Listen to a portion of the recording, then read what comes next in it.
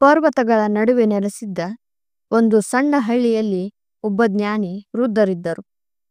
ಅವರು ತಮ್ಮ ಜ್ಞಾನಕ್ಕಾಗಿ ಮತ್ತು ಹಳ್ಳಿಗರಿಗೆ ಅಮೂಲ್ಯವಾದ ಜೀವನ ಪಾಠಗಳನ್ನು ಬೋಧಿಸುವ ಶಕ್ತಿಗಾಗಿ ಪ್ರಸಿದ್ಧರಾಗಿದ್ದರು. ಒಂದು ದಿನ ಗಣೇಶ್ ಎಂಬ ಹುಡುಗ ಆ ಜ್ಞಾನಿಯ ಬಳಿ ಬಂದು ತನ್ನ ಜೀವನವನ್ನು ಹೇಗೆ ಉತ್ತಮವಾಗಿ ಬಳಸಿಕೊಳ್ಳುವುದು ಎಂಬುದರ ಕುರಿತು ಮಾರ್ಗದರ್ಶನವನ್ನು ನೀಡುವಂತೆ ಅವರಲ್ಲಿ ಬೇಡಿಕೊಂಡನು. ಗಣೇಶನು ಬುದ್ಧಿವಂತ ಮತ್ತು ಉತ್ಸಾಹಿ ಬಾಲಕನಾಗಿದ್ದರೂ ಅವನು ತನ್ನ ಸಮಯವನ್ನು ಸರಿಯಾಗಿ ಬಳಸಿಕೊಳ್ಳುವುದರಲ್ಲಿ ಯಾವಾಗಲೂ ಹಿಂದುಳಿಯುತ್ತಿದ್ದ. ಸ್ನೇಹಿತರೊಂದಿಗೆ ಆಟವಾಡುವುದು, ಸೂರ್ಯಾಸ್ತವನ್ನು ನೋಡುವುದು, ಕನಸು ಕಾಣುವುದು ಇತ್ಯಾದಿಗಳಲ್ಲಿ ಅವನು ಗಂಟೆಗಟ್ಟಲೆ ಕಾಲ ಕಳೆಯುತ್ತಿದ್ದ. ಇದರ ಪರಿಣಾಮವಾಗಿ ಅವನು ತನ್ನ ಓದು ಮತ್ತು ಕೆಲಸಗಳಲ್ಲಿಯೂ ಹಿಂದೆ ಬಿದ್ದಿದ್ದ.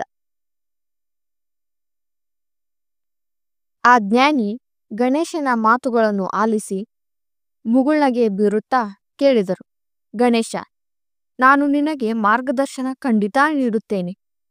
ಆದರೆ ಮೊದಲು ನಿನ್ನಿಂದ ಒಂದು ಕೆಲಸ ಆಗಬೇಕು, ಮಾಡುವೆಯಾ ಎಂದು ಕೇಳಿದನು.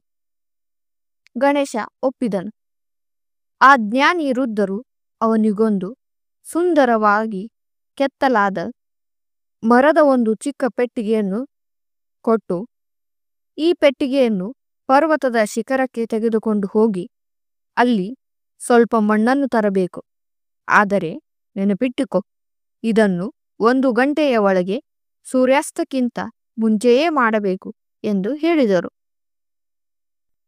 ಗಣೇಶ ಅವರ ಮಾತಿಗೆ ಒಪ್ಪಿದನು. ಅವನು ತುಂಬಾ ಉತ್ಸಾಹದಿಂದಲೇ ಹೊರಟ. ಪರ್ವತವನ್ನು ಏರುತ್ತಾ ಅವನು ಸೂರ್ಯ ನಿಧಾನವಾಗಿ ಅಸ್ತಂಗತವಾಗುವುದನ್ನು ಗಮನಿಸಿದ. ನನ್ನ ಬಳಿ ತುಂಬಾ ಸಮಯವಿದೆ ಎಂದುಕೊಂಡು ನಿಧಾನವಾಗಿ ಪರ್ವತವನ್ನು ಏರುತ್ತಾ ಹೋದ. ಶಿಖರಕ್ಕೆ ತಲುಪಿದಾಗ ಅವನಿಗೆ ಸೂರ್ಯ ಮುಳುಗಲು ಕೆಲವೇ ನಿಮಿಷಗಳು ಬಾಕಿಯಿವೆ ಎಂಬುದು ತಿಳಿಯಿತು. ಅವನು ತುಂಬಾ ಅವಸರವಾಗಿ ಮಣ್ಣನ್ನು ತೆಗೆದುಕೊಂಡು ಪರ್ವತವನ್ನು ಇಳಿಯಲು ಶುರು ಮಾಡಿದ.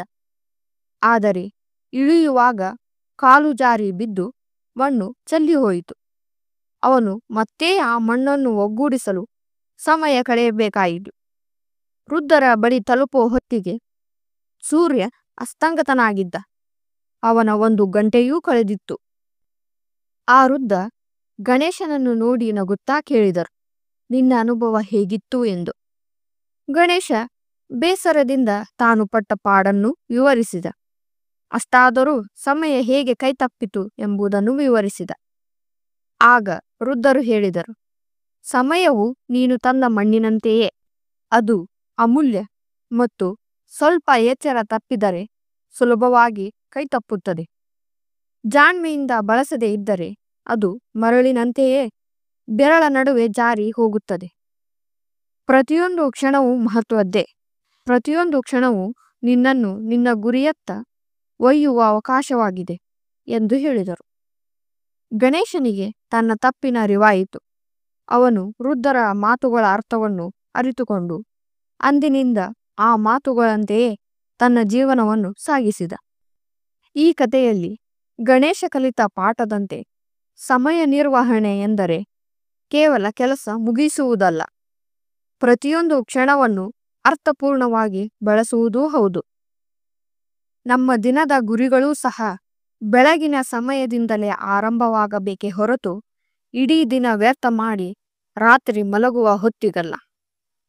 ವರ್ಷವಿಡೀ ಸರಿಯಾಗಿ ಅಭ್ಯಾಸ ಮಾಡದೆ ಪರೀಕ್ಷೆಯ ರಾತ್ರಿ ಇಡೀ ಪಾಠಗಳನ್ನು ಬಾಯಿಪಾಠ ಮಾಡುವುದಲ್ಲ. ನಿಜವಾದ ಸಮಯ ನಿರ್ವಹಣೆ ಎಂದರೆ ನೀನು ನಿನ್ನ ಆ ದಿನದ ಕೆಲಸಗಳನ್ನು ಸಮರ್ಪಕವಾಗಿ ಅಂದೇ ನಿರ್ವಹಿಸುವುದು. ಈ ಪ್ರಕ್ರಿಯೆ ಆರಂಭದಲ್ಲಿ ಯಾವುದೇ ರೀತಿಯ ದೊಡ್ಡ ಬದಲಾವಣೆಗಳನ್ನು ತೋರಿಸದೇ ಇರಬಹುದು. ಯಾರೂ ನಿಮ್ಮ ಕೆಲಸಗಳನ್ನು ಗುರುತಿಸದೇ ಇರಬಹುದು. ಆದರೆ ನೀವು ನಿಮ್ಮ ಪ್ರಯತ್ನವನ್ನು ಸತತವಾಗಿ ಮುಂದುವರೆಸಿದರೆ ಫಲಿತಾಂಶ ತಾನೇ ಪ್ರಕಟವಾಗುತ್ತದೆ. ಜನ ನಿಮ್ಮನ್ನು ಜವಾಬ್ದಾರಿಯುತ ಮನುಷ್ಯ ಎಂದು ಹೇಳುತ್ತಾರೆ ಮತ್ತು ಗೌರವಿಸುತ್ತಾರೆ. ನಿಮಗೆ ಹೊಸ ಹೊಸ ಜವಾಬ್ದಾರಿಗಳನ್ನು ವಹಿಸುತ್ತಾರೆ ನಿಮ್ಮಿಂದ ಸಲಹೆಗಳನ್ನು ಕೇಳುತ್ತಾರೆ. ಅದೇ ನೀವು ಯಾವಾಗಲೂ ಸಮಯ ವ್ಯರ್ಥ ಮಾಡುತ್ತಾ ಹೋದರೆ ಜನ ನಿಮ್ಮನ್ನು ಗೌರವಿಸುವುದಿರಲಿ, ನಿಮ್ಮ ಮಾತನ್ನೂ ಕೇಳುವುದಿಲ್ಲ. ಎಲ್ಲರ ಮುಂದೆ ನೀವು ಹಾಸ್ಯದ ವಸ್ತುವಾಗಿ ಬಿಡುತ್ತೀರಿ. ನೆನಪಿಡಿ, ನೀವು ಸಮಯವನ್ನು ಗೌರವಿಸಿದರೆ ಅದು ನಿಮ್ಮನ್ನು ಗೌರವಿಸುತ್ತದೆ. ಇಲ್ಲವಾದಲ್ಲಿ ಅದು ನಿಮ್ಮ ಜೀವನವನ್ನೇ ನಾಶ ಮಾಡಿಬಿಡುತ್ತದೆ. ನಾನು ಯಾವಾಗಲೂ ಹೇಳುವಂತೆ ಆ ದೇವರು ಇಲ್ಲಿ ಎಲ್ಲರಿಗೂ ಸಮನಾಗಿ ಹಂಚಿರುವ ವಸ್ತು ಎಂದರೆ ಅದೇ ನಮ್ಮ ಸಮಯ. ಎಲ್ಲರಿಗೂ ಇರುವುದು ಅದೇ 24 ಗಂಟೆಗಳು. ಯಾರು ಅದನ್ನು ಸಮರ್ಪಕವಾಗಿ ನಿಭಾಯಿಸುತ್ತಾರೋ ಅವರೇ ಜಾಣರು ಮತ್ತು ಬುದ್ಧಿವಂತರು. ಮೊದಲು ನಿಮ್ಮನ್ನು ಮತ್ತು ನಿಮ್ಮ ಸಮಯವನ್ನು ನೀವು ಗೌರವಿಸುವುದನ್ನು ಕಲಿಯಿರಿ. ಧನ್ಯವಾದಗಳು. ಇಂತಹ ಇನ್ನಷ್ಟು ಸ್ಫೂರ್ತಿದಾಯಕ ಕಥೆಗಳಿಗಾಗಿ ನಮ್ಮ ಚಾನಲ್ಗೆ ಸಬ್ಸ್ಕ್ರೈಬ್ ಮಾಡಿ. ಮತ್ತೆ ಭೇಟಿಯಾಗೋಣ ಮುಂದಿನ ಸಂದೇಶದೊಂದಿಗೆ. ನಮಸ್ಕಾರಗಳು.